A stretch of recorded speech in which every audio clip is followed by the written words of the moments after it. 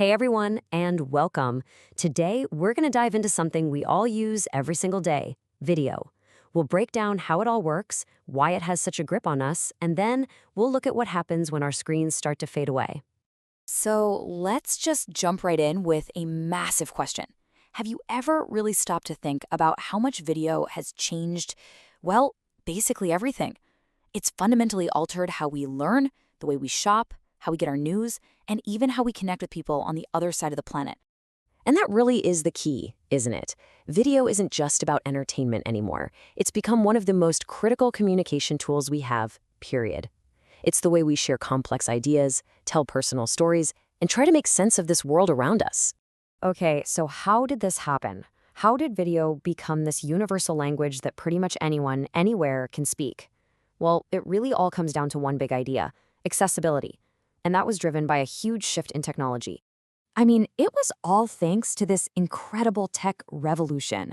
Just think about the evolution here. We went from these massive, clunky, and super expensive cameras to powerful computers on our desks, and now we've got literal supercomputers that fit right in our pockets. And what these tools did, wow, it wasn't just about making things a little easier. They completely blew the doors open on video creation. It was democratized. All of a sudden, you didn't need a fancy studio to be a creator. The power to shoot, to edit, and to broadcast your story to the world was in your hands. All right, so we've all seen it, right? Some videos look absolutely stunning, crystal clear, and others are, well, a blurry mess. So what's the actual difference? Let's pull back the curtain and look at the key tech that determines what we see. So what's the secret sauce? What makes a video look so sharp and run so smoothly? It's not magic, it's just a little bit of tech, and it really comes down to a few key ideas. Okay, first up, resolution. The easiest way to think about this is like a giant jigsaw puzzle. The more pixels, those are the tiny little dots of color, the more pieces you have in your puzzle. And more pieces mean a sharper, more detailed picture. It's really that simple. That's the difference between standard def and something like 4K. Next up, we've got frame rate. This is all about creating the illusion of smooth motion. You know those flip books you might have made as a kid? The faster you flipped through the pages, the smoother the little stick figure seemed to move. Video works the exact same way. More frames, or pictures, flashing by every second equals that buttery smooth motion we love to see. And finally, we have to talk about the real unsung hero of the entire digital video world, compression. Seriously, this is the magic that happens behind the scenes.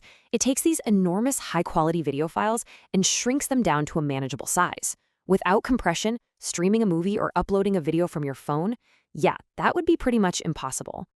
So when you put it all together, the journey for pretty much any video you watch is a simple three-step process. First, you capture it, with a camera or your phone. Then comes the editing, where you add all the cool effects and polish it up. And finally, you hit publish, sending it out to the world on one of the many online platforms. All right, so we've talked a lot about the how, the tech behind it all. But now let's get into the why. Why is video such a big deal? Because its impact, it's absolutely everywhere. Just think about your own life for a second. In education, it's completely changed how we learn, making things so much more visual. In marketing, it's king. It grabs your attention in a way that nothing else can. For news and media, it is the media. And then there's training, and of course, entertainment. The sheer versatility is just mind-boggling.